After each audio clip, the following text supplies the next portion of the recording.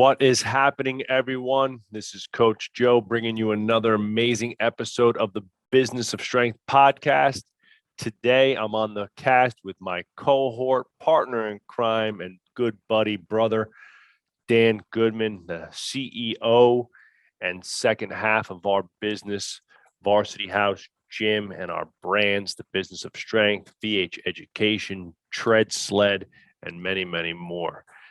Today, we are going to talk about being an adaptable business. How do we produce a business that is adaptable to change? With the last, year and a half or so, gyms and businesses all over the world have had to create tremendous change within the way in which they do business, deliver their products, speak to their customers.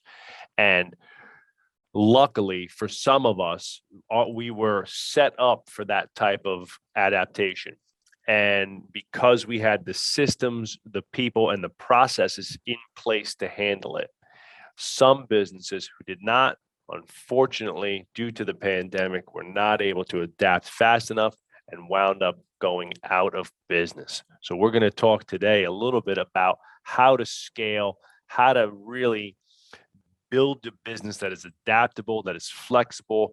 And the analogy, I kind of want to be, fluid, like as my man Bruce Lee said, you got to be like water, right? When water, when you put water in a cup, it becomes the cup. When you put it in a bowl, it becomes the bowl, right? Water can flow or it can crash, right?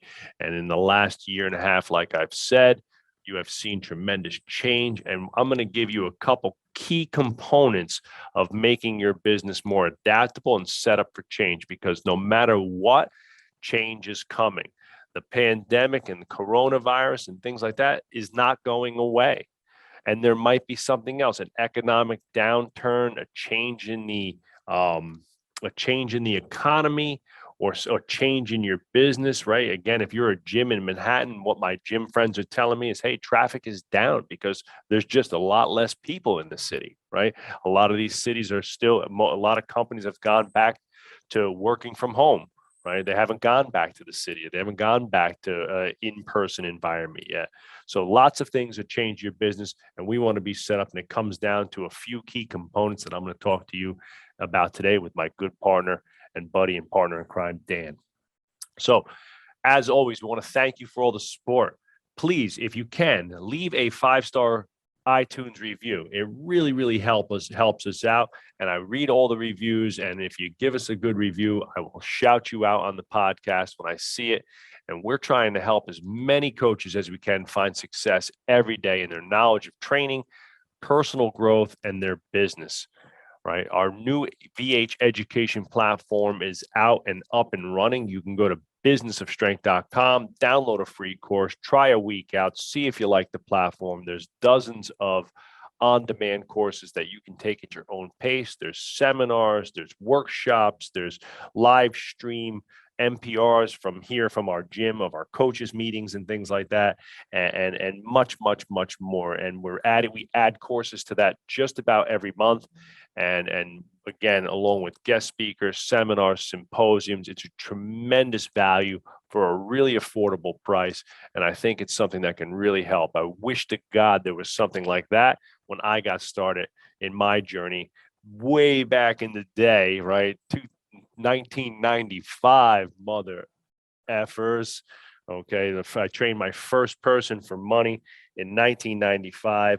I was 19 years old, and that's when I got bit by the bug. Wow, I could be a trainer and make money getting trained, doing something I love, right? Helping people, training athletes. I was gonna be going to the gym every day anyway. Might as well spread some of that knowledge and help people and get paid for it. Okay. So this is the Business of Strength. This is making your business adaptable for the future and for change, future change. Let's get going. This is the Business of Strength. Take it away.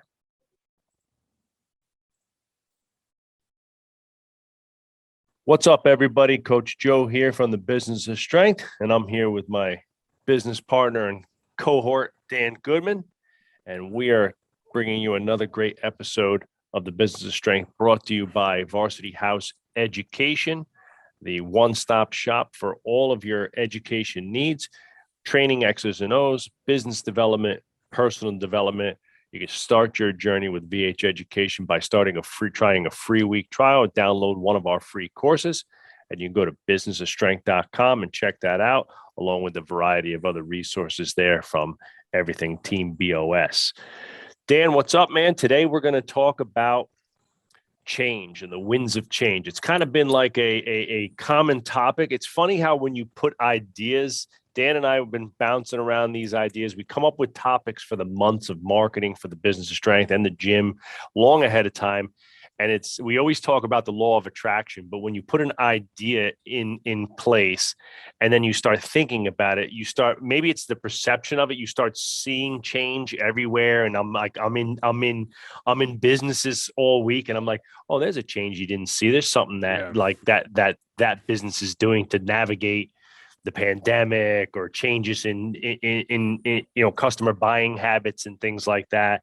And I just look at like a big example of change. Like you look at like Starbucks and their app, right? And now Dan knows by looking at the credit card statements that I'm an avid Starbucks app guy, right? It makes it so easy to get your drinks and purchase ahead of time that there's really no need to stand in line at Starbucks anymore for your 3-pump skim mochaccino latte with 1 Splenda and 4 blah, blah, blahs, right? Like the people in front of you ordering all these crazy drinks. It used to take a half an hour to stand in line at Starbucks. Now the app makes it super easy. And you look at how, Starbucks has made a decision to close a whole bunch of stores, double down on the app, because what they found is that with the app, stores can do almost double the volume. Yeah, the frequency. Yeah, so the frequency's gone way up. So again, these changes that are occurring in society, partially due to the pandemic, partially due to changes in look at like right now, like there's businesses all over Manhattan that are having to adapt because of the change in commuting flow, right? Like for the last 2 years, people haven't been commuting. So if you were like a business that relied on that everyday business foot traffic, you have to change a little bit, right? So we're going to talk about some things, some ideas about setting your business up for success. And we'll call this like keeping your business nimble, right? And an example of a business that's not nimble, right, is, let's say, like a brick and mortar, restaurant that only does high end. During the pandemic, really tough to move laterally, right? Hard to sell, $150 steaks, right, in take-home boxes, right? Hard to sell high-end sushi, right, in take-home boxes and things like that, right? Because places that are these big experience type restaurants, right? So these businesses, obviously, everybody knows the restaurants, especially those like big, big city theme type, experience type restaurants, got hit really bad. And a nimble business, the local pizza place, right? Pandemic hits. Oh, hey, no problem. We're going to go all in on, curbside pickup and delivery, right? Make it really, really simple, right? And so, yes, there was people out there that were upset. Maybe they couldn't take their family out for their normal like Friday night pizza night at the local pizza joint.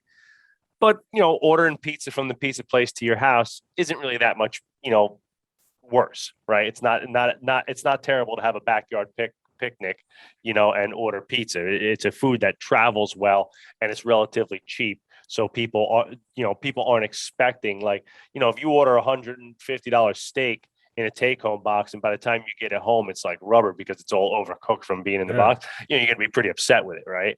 So this falls true for any small business, but and we'll talk specifically for the gym businesses, but staying nimble is not just a requirement because of the pandemic and these post-pandemic times. I think it's a requirement, for all small business to think about how their actions and their current setup sets them up for future success if something happens, good or bad. Because we're talking about, obviously the pandemic is talking about something really bad, but what if an opportunity comes up that is so great, but you don't have the ability to scale towards it and accelerate towards it, or you don't have the finances to take action on it, you don't have the manpower to take action on it, right? And so when we talk about being nimble, it's the ability to react to a sudden change in the environment that you're living in, good or bad, right? And we'll go through a couple examples of things that have happened to us in the last 2 years, both bad and good. And that luckily, by, some good steps, some, I never want to say any luck, but just some good steps that Dan and I took, having good team, having good support structure around us, we're able to, stay strong during the bad and then really hit the gas and accelerate towards some great opportunities that came up, even in a really bad environment, right? Where most people would have been like, you know what, like, I'm dealing with too much, I gotta, let me wait another year or two to get upside right with this COVID thing, and then we'll move forward. So let's talk about some of these ideas.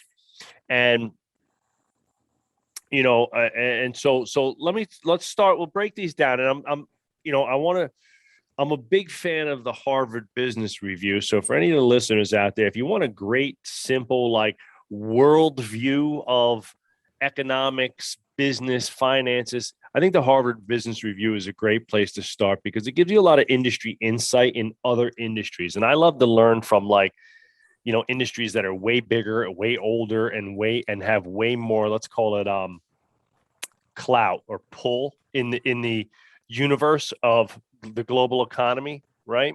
So like manufacturing, shipping, and e-commerce, has way more pull in the world economy than fitness, right? And even though fitness might be in a sense more important, right? What happens to Amazon affects the global economy way more than what happens to 24-hour fitness, right? So Harvard Business Review, I think, had a great synopsis in one of their more recent magazines, and it talked about, 3 keys, and it made me think about, in each area that, where it pertained to the fitness business, but it gave up there was 3 key areas of businesses that were able to stay nimble in the past 2 years and make strides, to A, hold strong during the pandemic, and then B, accelerate towards new opportunities. And so one of them is the ability to avoid, the ability to avoid disaster, right? And so that's having, in our case, that's having a strong team with strong systems and multiple revenue streams, right? Not having everything in one place. And I think that's, if the pandemic, Dan, would have happened to us, let's call it following our opening, maybe in like 2010, 2011, we probably would have gone out of business. Oh, definitely. We didn't have the money, the team, or the streams.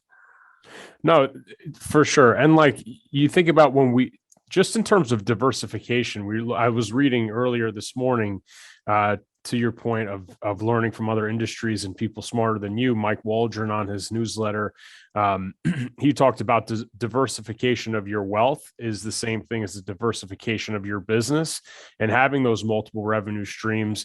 I mean, at the time in 2011, the only people that we trained were athletes, 100% all the way. And we had 1 million offerings, but it was only geared towards athletes. Now, when we close the first time, look at a more mature business. We have rental income within the context of our property here. We have athletes, we have semi-private training, we have larger group training, we have offsite team training. And now, I mean, at this stage in the game, we've shrunk some things to double down on the things that make us the most money. However, we had the ability, as you said earlier, to scale, where last summer, where we really, not this past summer that we're finishing, but the one before, we're like, hey, you know what? We're going to scale. Instead of doing 3 teams, we're going to do 6.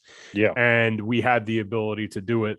And especially in a time where kids and athletes wanted to get outside, they needed an outlet. So all we needed was a field to be able to train. And, we were able to secure some of those team accounts because we had the ability to move and move fast. I think the biggest thing is, this gets talked about a lot, but in terms of the mindset towards being open-minded, when shit is hitting the fan, it's hard to take inventory, to take a deep breath and look and say, okay, well, what can be done?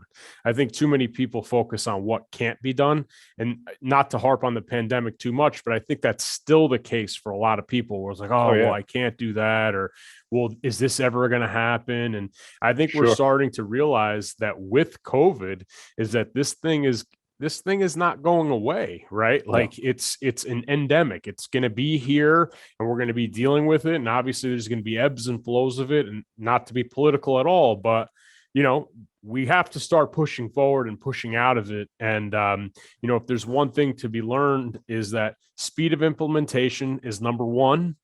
And number two is having the ability to diversify is number two.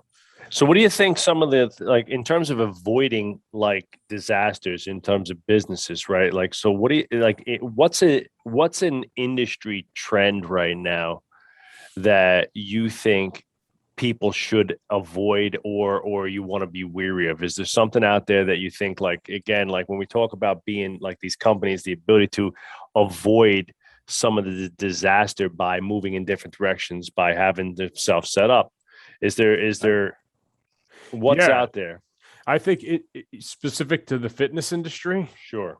I mean, listen, you see some of these companies that are spending, billions of dollars, like AI, artificial intelligence, on things like the Peloton, on things like the new tonal system, and Mira spending a tremendous amount of money and joint venturing with Lululemon and like massive companies. Listen, a micro gym, you're not going to be able to compete with that. And I think even and you're seeing it now with Peloton, is they saw this astronomical boom. And there's nothing wrong. Like, Peloton got a lot of people off their asses and provided fitness for people that never had it in their life, which is great. And it's never going away. But I think some micro gyms said, well, you know what? Like, we're going to compete in that space too. And we're going to start taking spin classes online. We're going to start, we're going to scale our whole studio or our whole gym to an online suite and portal. And listen, we have, over 300 people here that are training in person. They're like, hey, we never want to go back to virtual. And I think there's something to be said, like, where before the pandemic, we said no to all remote programming, like 100%. Now there's about 5 or 6 clients that said, you know what, we moved away, but we still love Varsity House style of training. Sure, here's our library of exercise indexes. Here's our programming. Here's an accountability call with a coach. And it opened up a revenue stream. Sure. But we're not trying to compete with artificial intelligence that is being promoted and pushed by $1 billion company. It's just a losing. Yeah, we saw quite a few people like even close up their gyms, telling me that the brick and mortar gym thing is done. It's never coming back. I was like, really? I was like, 100 years of gym culture, hundreds of years, but 100 years of like barbell gym culture is just gone because of this. Like, no way. There's it's so funny. Like, I was having a conversation about the car Eugene industry, Sandow, like rolling over in his grave with about the car industry that is going to go all electric by 2035 with some of the major American brands like Cadillac, Chevy, like some huge companies. There's going to be no gas powered cars. And I was having this conversation with my family. Gas powered cars, and people like, oh, what is a mechanic going to do? For the next 75 years, people are going to still be driving gas-powered cars, and there's going to be a need for mechanics. Yes. And their specialty will be even more coveted than it is now.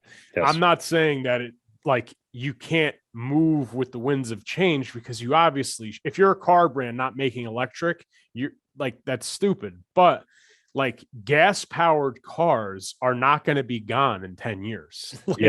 They're not going anywhere. So, and here's something too, like with that, right? And again, I think as new technologies and new ideas spring up, there's always a rush to jump on the new thing, right? Because it's almost like playing the stocks, right? So like everybody always says, well, if I only invested in Tesla, 10 years ago, I was like, yeah, you and 5 billion other people, right? Like that's everything that you do, right? But going all in on electric, right, doesn't mean that one thing's going to be completely gone. And we still haven't, look, there's still a lot, not to get into this either, but like there's still a lot of information and research out there that says that electric isn't necessarily better for the environment.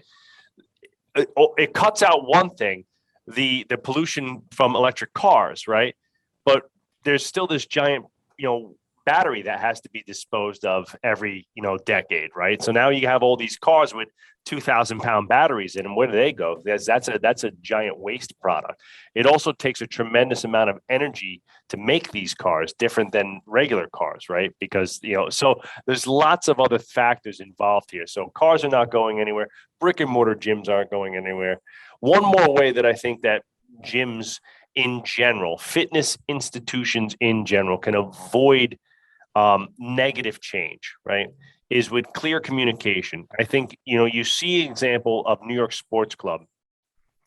They took a really weird stance when the pandemic hit. They paused people's memberships, gave them 30 days, and 30 days later they restarted their memberships. And there was very little communication, very little transparency, and the majority of their clients said F you to that and canceled their memberships immediately, and that company went bankrupt, right? So so I think, one of the best strategies for avoiding disaster is always having a great customer service policy, complete transparency, especially when it comes to people's money, right? No matter what. I understand that there was a lot of gym owners out there like us having an oh shit moment, like what do we do, right?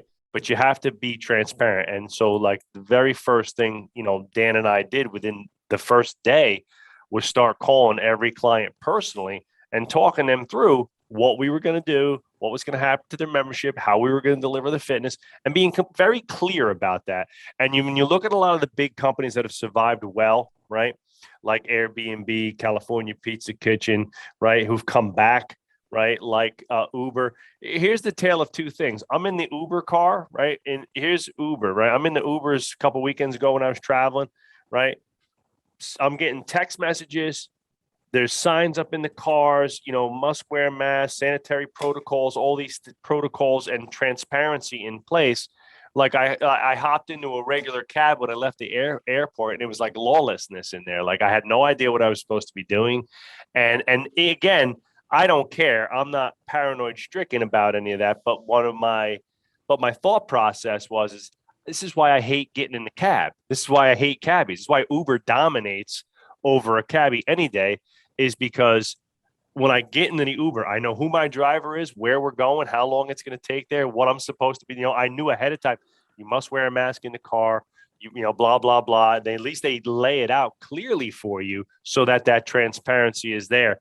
And that helps people make informed decisions. When there's a lack of clarity and a lack of transparency, people can't make decisions. So their decision is to avoid at all costs. So what, like in the case of New York Sports Club, most people just said, I don't know what the hell's going on, so I'm just going to cancel my credit card payment, and that's the end of it, So the second part of this is the ability to absorb, right? The ability to absorb impact, right? And having a robust enough business in which you can absorb some of the impact of change, right?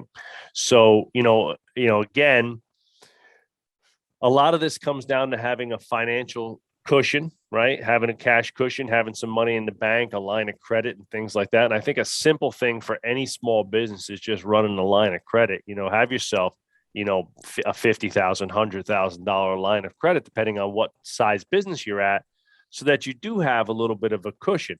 It's not for going out and buying brand new fancy equipment, although you can use it for that. But I think a line of credit's better suited for emergency purposes, emergency repairs, and or strategic growth, as opposed to just buying stuff. right? And obviously, with your ability to absorb is that kind of ability to pivot right quickly, right? So you have to have staff and such in place. And so I think, like, when I think back to us and I think about our ability to absorb impact, Dan and I started the business on the heels of the real estate crash in '08. And one of the things that allowed us to be successful during that bad economy was we've always maintained a very competitive pricing schedule with our athletes, especially, and we've always catered to families. And I think that, having other revenue streams, having a cash cushion, starting small, right? When Dan and I opened up the business, we had no leverage, right? We owned everything. We paid cash for everything. So I wasn't leveraged. We weren't leveraged out the ass with like debt and, paying off huge, like we got all this brand new equipment. So now I'm paying a $2,000 a month, like equipment payment bill and stuff like that. We didn't at that time, Dan, we didn't even have a credit card, right? In 2009, 2010, we didn't have a credit card. So if you couldn't pay for it cash with your debit card, it didn't exist, right? We didn't buy it. You have the layaway. We had the layaway plan. That's right. We would stash money, right? We did a layaway plan. But again, that's how you avoid or absorb brace for impact, because there was a lot of businesses out there that are leveraged, right? With big real estate, right? Big rents or fancy equipment. And the pandemic aside, the equipment company's like, okay, I get it. I know it's tough. We'll give you an extra month. We'll give you an extra 2 months. But in month 3, it's like, okay, guys, I need my money, right? And the same thing with most landlords, right? Most landlords, if you're renting a space, all right, if you had a great landlord, he gave you 2 or 3 months on the back end of the lease, or they chopped it up into a couple ways for you. But at the end of the day, 2-3 months later, F you, pay me, right? Time to pay up. So the ability to absorb impact comes from being fiscally responsible in your business. And Dan and I talk about this all the time. We do our business strength 2-day seminar. It's like, hey, one of the most important things for a small business, especially a gym, is just staying light, keeping the airplane light. Don't buy equipment you don't need. Don't spend on gear, people you don't need. Don't get a space that's too big. It's better to have a space that you're overflowing and bursting at the seams, and you're starting to hear the chirping of complaints because the place is too busy, than to have a massive facility with too much overhead. And to that point, and I wish that we would have known this or yeah, potentially had the courage to do it then. Obviously, the space we're in now is amazing. It's great, but something that I wish that we knew in 2013, 2014, when we started to hear that chirping, is it was time to raise prices. Yeah. And we didn't do that. And that chirping would have ended, because people do get used to a certain level of service. They do get used to being able to sign into the classes that they want, or the semi-private times that they want, whatever it may be. But at that time, let's just say there was 100 clients and we raised the price by $10 a month. And even if we lost 5 of those people, we're still making out way ahead of the game here. So if you are dealing with some of that chirping, or you are feeling, and we have this conversation all the time with people that are like, oh, I want to build a 20,000 square foot gym. And it's like, well, why? Well, because I can't do team training with 2 teams at one time. I'm like, well, how often do you do team training? Well, just the summertime. I'm like, don't do that. Right? Like, don't build a 20,000 square foot gym to accommodate 6 weeks of work. Right. Yeah. That is a foolish mistake. Try to get as much of your space as possible, whether it's certain times, shifting times around, hiring another coach. Something that we found unused capacity was we tented the outdoor field for 3 months this summer to add some unused capacity. Yeah. You can rent a field. I remember when we did our combine training, to take the combine training out of the gym, we went to Superdome Sports and rented it out for 8 sessions a year. There you go. It cost us, I think, $1,500 for 8 sessions. and we had a 65-yard field. So there's plenty of things that you can do. I mean, once you take that lease doesn't stop. And it's just, people don't realize also is like just the energy to keep it going. I mean, 20,000 square foot facility, you're looking at $4,000 or $5,000 a month just to keep the lights on. So those are all things to keep in mind when finding your home for your gym. You take a look at Ridgewood, our new space. For anybody listening, we've been posting a lot of photos of that space.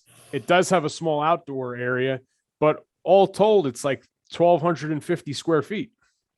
And we want to get to a point there where we are bursting at the seams.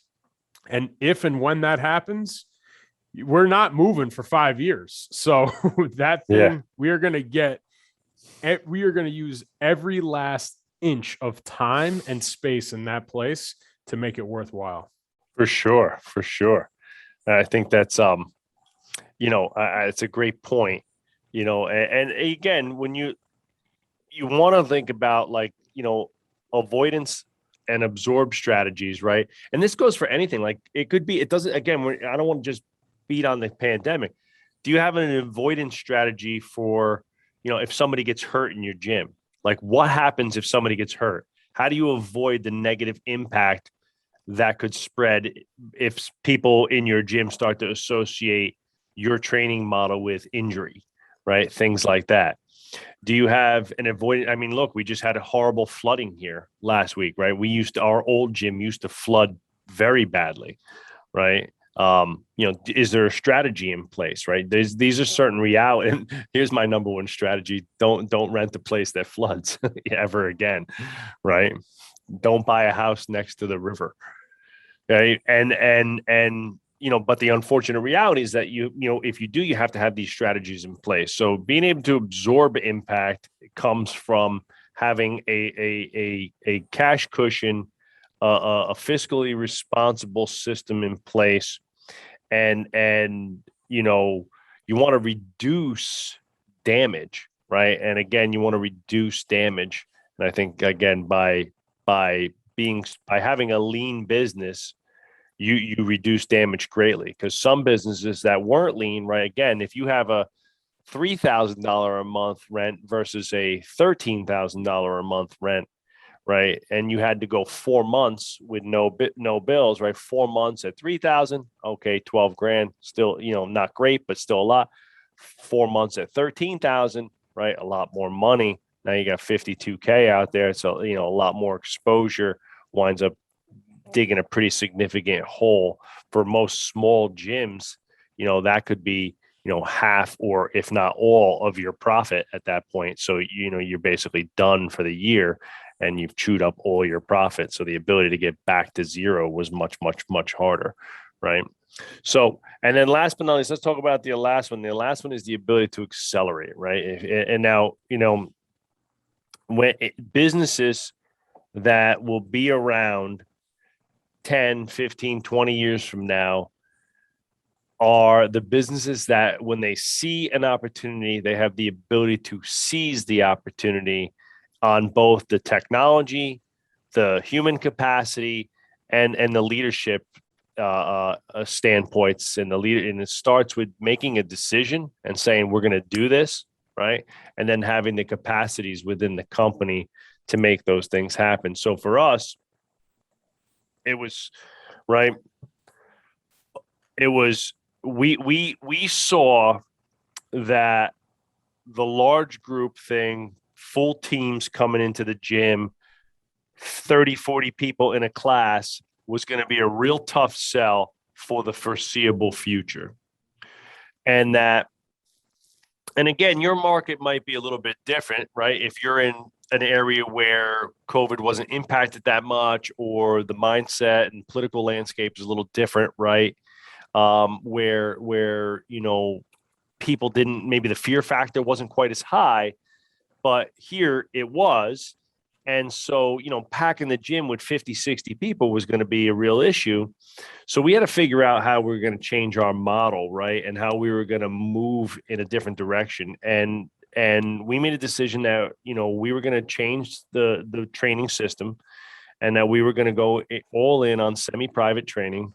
In our version of that is every single person gets a fully customized training plan, but they share the time with a coach and 3 or 4 other community members, right? So you have up to 6 people come in to meet with a coach at a specific time, and they're all on their own individual plans relatively within the confines of their training schedule, whatever it is that they're trying to accomplish.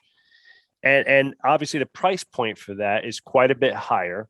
So in the general realm of things, you have open gym memberships. That would be the lowest price point. Then you have like class-based, boot camp-based, HIT type classes. And that's going to be generally in this area, that's going to be somewhere in that $150 to $200 range. And then you have personal training, right? And personal training, like one-on-one is upwards of $100, $125 an hour. So the semi-private model creates that nice middle point between, let's call it the CrossFit gyms of the world and the Orange Theories of the world, and private training facilities, that could, they're running you $1,500 a month. Now clients can train, 2, 3, 4 times a week for a few $100s a month, right? $400 or $500 a month, and get a fully customized plan with same grade coaching and everything, and just fit our model of training better. So, we made a decision. We revamped all of our pricing structures, our sales processes and everything, and went all in, and we accelerated really fast towards that goal. And it becomes the only goal. So I think like companies like Airbnb, if you look at what they did, they went all in on local bookings. Like when you went on Airbnb, it was the Jersey Shore, visit the Catskills, right? And they were smart about people being able to take day trips and drive to places to go on little excursions, right? And so forth. So however they, scaled their logarithms to, find you the best things, but you have to be able to accelerate into areas that maybe weren't there, right? And so, for a small gym, some of the gyms, that was, workouts outside, right? Going to the parks, going to a park, doing a workout, at the beach, running beach boot camps and things like that, right? You want to move in a different direction. For us, it was a systemic change in our entire, process, right? How are we going to, what's our primary offering? How are we going to sell it? And how does that transform the landscape of the business, right? With the idea of getting a lot more from a lot less, right? So the goal moved less away from, hey, let's get to 300, 400, 500, 600 clients, as opposed that number is much reduced. And now we can, focus a lot more on the quality of the training and the service that we give with less people. I saw, the other way too, and that's worked really well for us, and I know it has for other people as well. We know a gym owner that was coming to the end of their lease, negotiated a buyout term of their lease. They're in a warm weather place, and they were able to get a storage facility, get a truck, and for 5 months say, you know what, May 1st, I'm going to go completely outside. When it rains, I'll reschedule. And was able to recoup all the rent money for 5 months, and now is set to open in the fall in a new space that's more conducive to what his business lends itself to right now. So like moving your space, renegotiating a space, and accelerating, like he could have just been like, oh, maybe I should renegotiate for another year. No, he made a decision and said, look, I can do everything I need to do. I'll retain at least X number of clients. I'm going to get a storage unit. I'm going to do this thing outside. I negotiated with the town. They're letting me be good to go. And I'm going to find a space that better suits my business. And it's exactly what he did. And he saved tens of thousands of dollars in rent. And the funny thing is, the irony is, obviously he hasn't opened yet, but see his workouts, they're packed. And Yeah. he accelerated towards a decision. And I think to your point, Joe, is that whatever you decide upon, there's no right or wrong answer. If you're all in on it and you get your people to feel like this is what's right, most of the time that's what leadership is. Hey, I don't really know which way we're going, but if we're going this way and you're all into it, it's probably going to work. So the speed of implementation, I think so many people get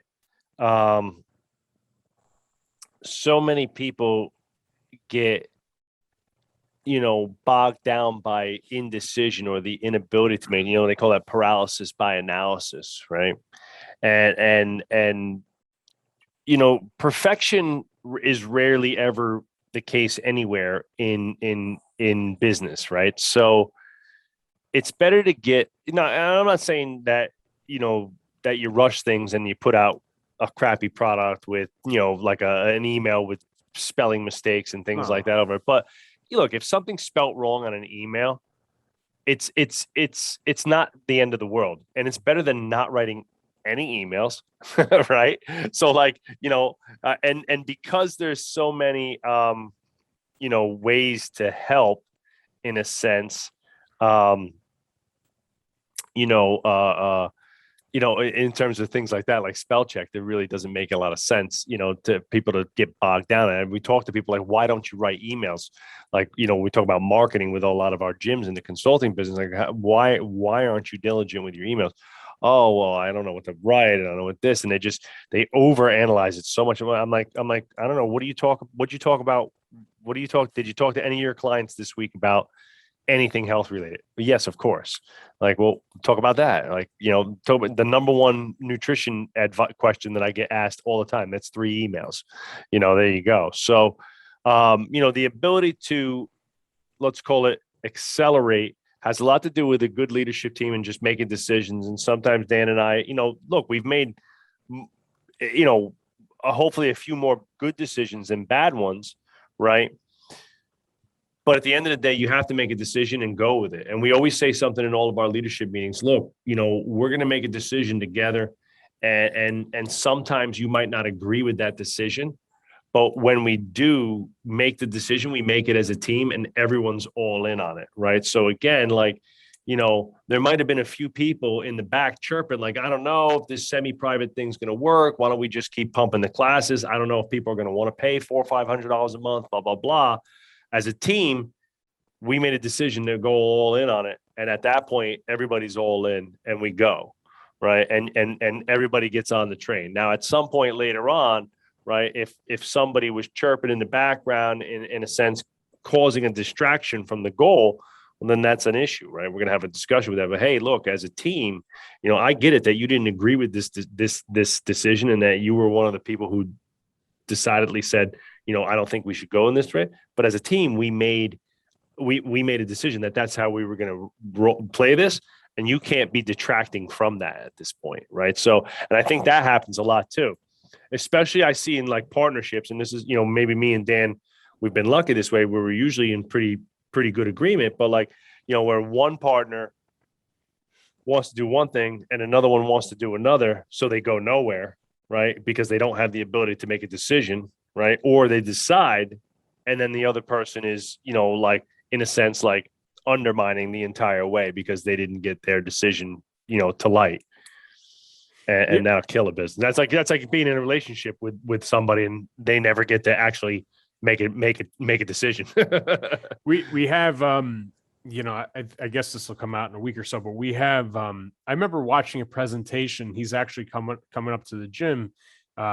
Big Tom Langton, who was the head coach at GFP for a really long time. I remember watching him give a presentation about the importance of people being all in on whatever you're marketing, and the people, meaning the coaching staff, the front desk. I mean, everybody that works within the context of a gym.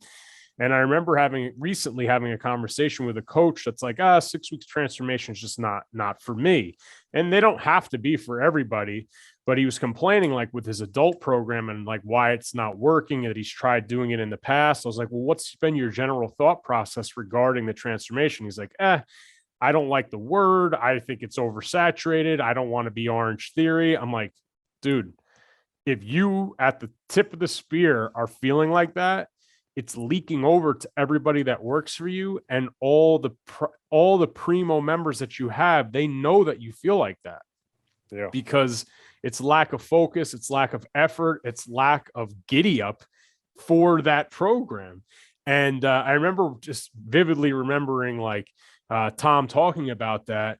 And it's the same thing. Like you have to be, if you're going to do it, you're going to do anything, you got to be all in on that one thing. It doesn't mean it's going to work, but you have to get people excited about it, and you can't undermine the process. You as the staff are the tip of the spear. So, I mean, let's recap a little bit here and kind of bring it all home. So, again, change is everywhere right now, and there's a lot more coming. The economy has changed. People's buying habits are changing. Local communities have changed because of the pandemic. You drive through any local town in our area. There's lots of empty shops, but at the same time, there's lots of new shops, right? There's lots of new places. So change is everywhere. Change is part of being in business. And obviously, we're all hoping that, another pandemic or the continuation of this pandemic isn't part of doing business forever, or it's something we want to see again. Okay. But there will be something else, right? There will be something else. There will be another global shortage. There will be another, Hurricane Sandy. There will be another housing market. Look at the housing market right now. It's crazy, right? This housing market could be another bubble that burst, right?